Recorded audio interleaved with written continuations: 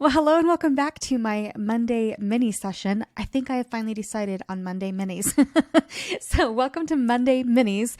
I actually recorded this outside on my phone, and for whatever reason, I couldn't get the video to transfer from my phone to my computer. I was going to show you what the weather is like outside because you guys, it is crazy out there today.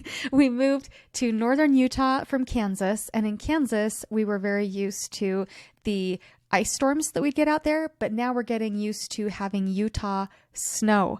It has been a lot of snow. And with this last storm, I got a text this morning saying that school was still on schedule, the buses were on time, and so they were moving forward. And I thought, okay, I guess if it's good enough for the buses, it's good enough for me. So I made it about a block taking my high schooler to school because she is still so nervous about this Utah snow, and I don't blame her because I got stuck one block away and I could not move. I could not go forward. I could not go backwards. I was stuck. And there were four men that stopped to help to push me out. And I decided, you know what, if I can't even get across Main Street to get to the high school, I'm not going to try. Like if I'm getting stuck this easily. So I just turned around and came right home, and we spent the day at home. And it was so interesting because then the school sent out a notification. They said, yeah, we made a mistake.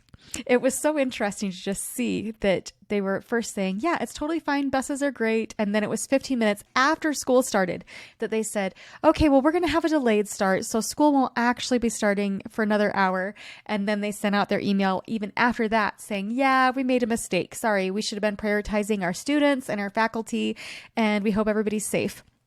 So it was just really interesting to see how it all played out and different people's perceptions and experiences of the exact same storm. Now, when I had my high schooler stay home, I told my beauty school student daughter, I said, you know what? I don't want you to go out there. Like our little cul-de-sac here hasn't been plowed yet.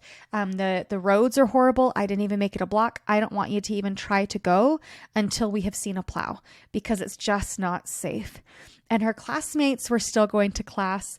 And one of the classmates was sending videos because as she was on her way to the school, she saw multiple vehicles off of the road.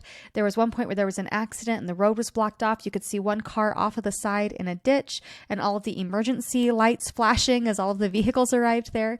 But what was interesting was the one that sent those videos saying, wow, like, look how terrible this is.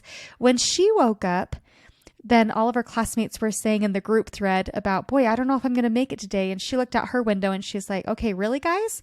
Because I can see grass. There's grass outside. So what is happening?